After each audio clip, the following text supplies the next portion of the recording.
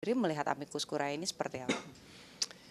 Iya, amicus curiae itu kan em, apa ya penyampaian aspirasi dari sahabat pengadilan gitu. Amicus curiae itu kan sahabat pengadilan yang dengan amicus curiae itu mereka itu merasa punya kepentingan terhadap perkara yang sedang diadili di Mahkamah Konstitusi sebagai sebagai orang-orang yang di luar para pihak di persidangan.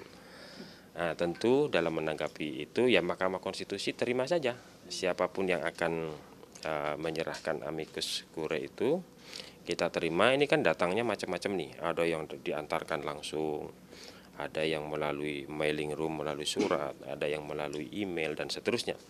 Kita sedang rekap semua itu, tapi yang pasti itu semua sudah didistribusikan kepada hakim. Nah, mengenai bagaimana pengaruh amicus curiae itu, ya lagi-lagi itu diserahkan kepada hakim konstitusi gitu ya.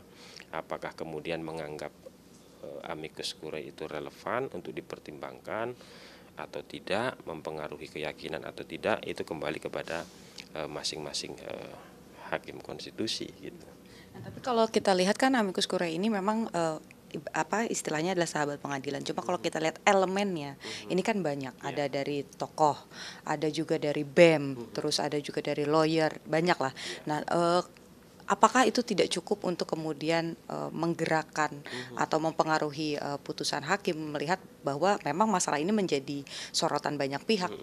Ya, itu bagian yang kemudian akan ditimbang-timbang oleh hakim ketika membaca amicus curiae, siapa dari siapa, ini seperti apa, substansinya seperti apa. Tentu itu menjadi bagian yang dicermati oleh hakim konstitusi.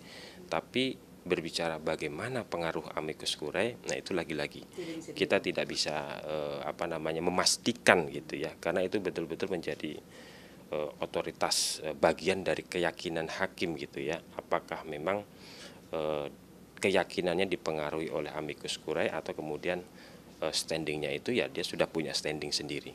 Tapi yang pasti itu sudah kita sampaikan, kewajiban kita menyampaikan amicus curiae itu sudah dibaca, sudah dicermati oleh hakim dalam proses pembahasan perkara ini gitu ya. Dalam perkara-perkara ataupun juga sengketa yang masuk ke MK sebelum-sebelumnya pernah ada putusan yang di dalamnya dipengaruhi oleh amicus curiae? Seingat saya dalam pengujian undang-undang itu ya. Walaupun saya melihat ada amicus curiae yang disebut saja di dalam pertimbangan putusan tetapi tidak sepenuhnya diikuti gitu ya, atau mungkin dipertimbangkan sebagian gitu ya, tidak secara keseluruhan, tapi dalam konteks pengujian undang-undang. Nah, untuk Pilpres ini sebetulnya fenomena yang relatif baru gitu ya, karena 2019, 2014, 2009, 2004 itu seingat saya kok nggak ada amicus curiae